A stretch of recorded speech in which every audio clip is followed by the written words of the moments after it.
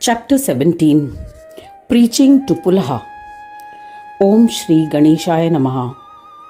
Mudgalacharya continued the narration. He said, Rishabha, Yogi's daily routine was the routine practiced by yogis. His vikshipta, the unusual behavior, enraged the king, who imprisoned him. While in confinement, Rishabha was corrupt and foolishly deviated from the path of karma and taught men to behave like animals, disregarding the rules of dharma. O Prajapati, it is from this behavior that the path of Jainism emerged. Bharata, who was following the path of karma, tried to keep it secret, kept him under house arrest. But in Kali Yuga, every householder will accept and follow this path influenced by the defects of Kali. Rishabha accepted sannyasa and abandoned his home and preached this path of Jainism which drives mankind to Naraka. Rishabha is a founder of the faith of Jainism and is worshipped as the first Tirthankara. The first Tirthankara signifies the founder of a Tirtha, which means a formidable passage across the sea of births and deaths called Samsara. Bharata was the eldest son of Rishabha. He righteously ruled his kingdom according to dharma and looked after all his subjects. With the passage of time, he handed over the kingdom to his son and went into the forest for observing various penance. Every day he was engaged in severe austerities leading to self-mortification. He was well versed with the precepts of dharma and stayed in the Shaligrama ashrama. He meditated on Vishnu and engaged in rigorous austerities. One day he was offering sacrifices to his ancestors on the banks of a river. Just then he heard a terrifying roar of a lion. It frightened a pregnant doe who was so disturbed that she jumped into the river. The moment she hit the waters of the river, she suffered a miscarriage. O Daksha, she swam for some distance but succumbed to pain. Bharata rescued the newborn fawn and strived compassionately to nurture it. Later, Bharata indulged the fawn lovingly and played with it. He developed an affinity towards the fawn. He was fixated on the calf. Due to defects of association, Bharata was distracted from penance. One day the fawn mingled with a herd of deer and left with them. Bharata did not realize that it had left. When Bharata did not see the fawn, he was filled with sorrow and wandered in search of him. He moaned in agony. He was crushed by constant grief. In that frame of mind, he died. At the time of his death, Bharata's thought was of the deer. And so, he was born as a deer. In his next birth due to the fault-ridden influence of proximity to the animal. But due to the power of rigorous penance performed in his earlier life, he could recollect his earlier life. As a result of his knowledge, he was afraid of associating with anyone. He wandered alone. He detached himself from the herd and went back to his earlier ashrama. He gave up violence and duality, happiness, sorrow, defeat, victory, etc. He consumed only dried grass. He meditated on the immortal Vishnu, bathed in the tirthas, with a desire to acquire darshan of the sadhus. One day, Bharata, in his form as a deer, as a result of merits earned in his previous life, saw sage Pulaha's ashrama as he wandered in the forest. In the ashrama, eminent munis were immersed in singing bhajans of Ganesha. They worshipped Lord Ganesha with devotion. He craved the association of sages. Bharata, now part of the deer clan, stayed there. By stroke of luck, that Brahma visited the ashram of Pulaha. Seeing him, Pulaha and other munis prostrated to Brahma, the Pitamaha. He performed puja with reverence and paid obeisance at his feet with great humility.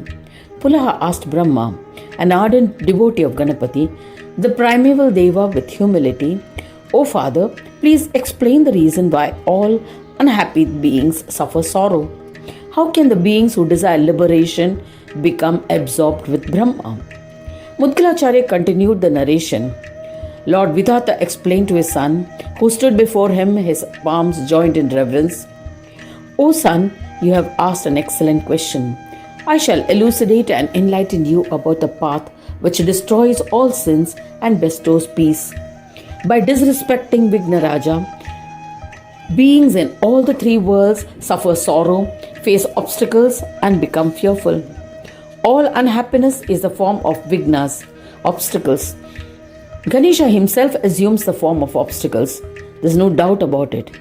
A sinner will be sent to dreadful Naraka and similar lokas as a consequence of contrary deeds, contrary to the precepts of Dharma. But, O son, comprehend that even when the deserving and devoted ascend to Swargaloka, in the end they will suffer unhappiness. Duality exists in Swargaloka. There's no doubt about it. Respect and insult, victory and defeat, happiness and sorrow, etc. are the dualities referred to. In fact, men and women are as infatuating obstacles. Seduction and infatuation exist. The devas residing there are always afraid of daityas and other asuras. When they kill daityas, they become fearless. Yet they all die when the annihilation of universe occurs. The entire universe, the Brahmanda, is subject to creation and destruction.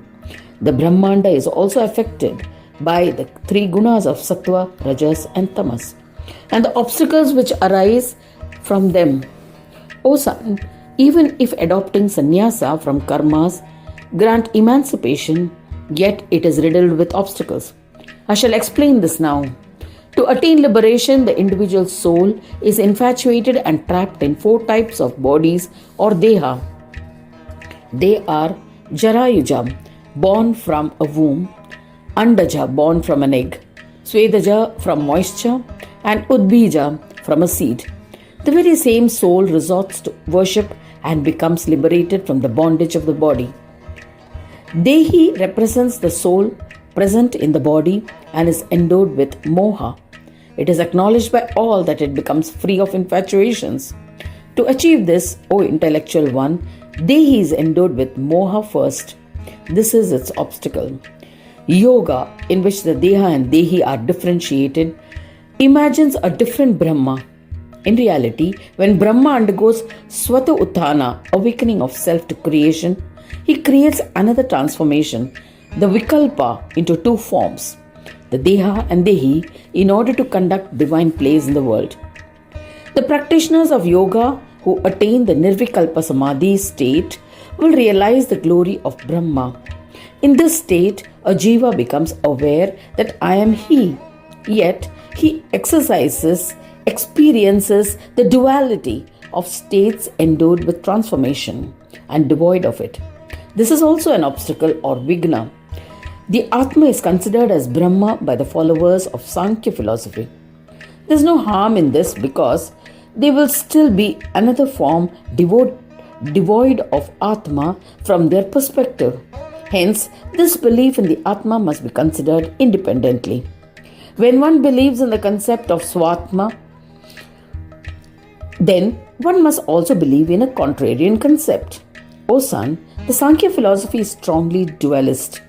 Sankhya philosophy regards the universe as consisting of two realities, the Purusha, consciousness, and Prakriti, matter.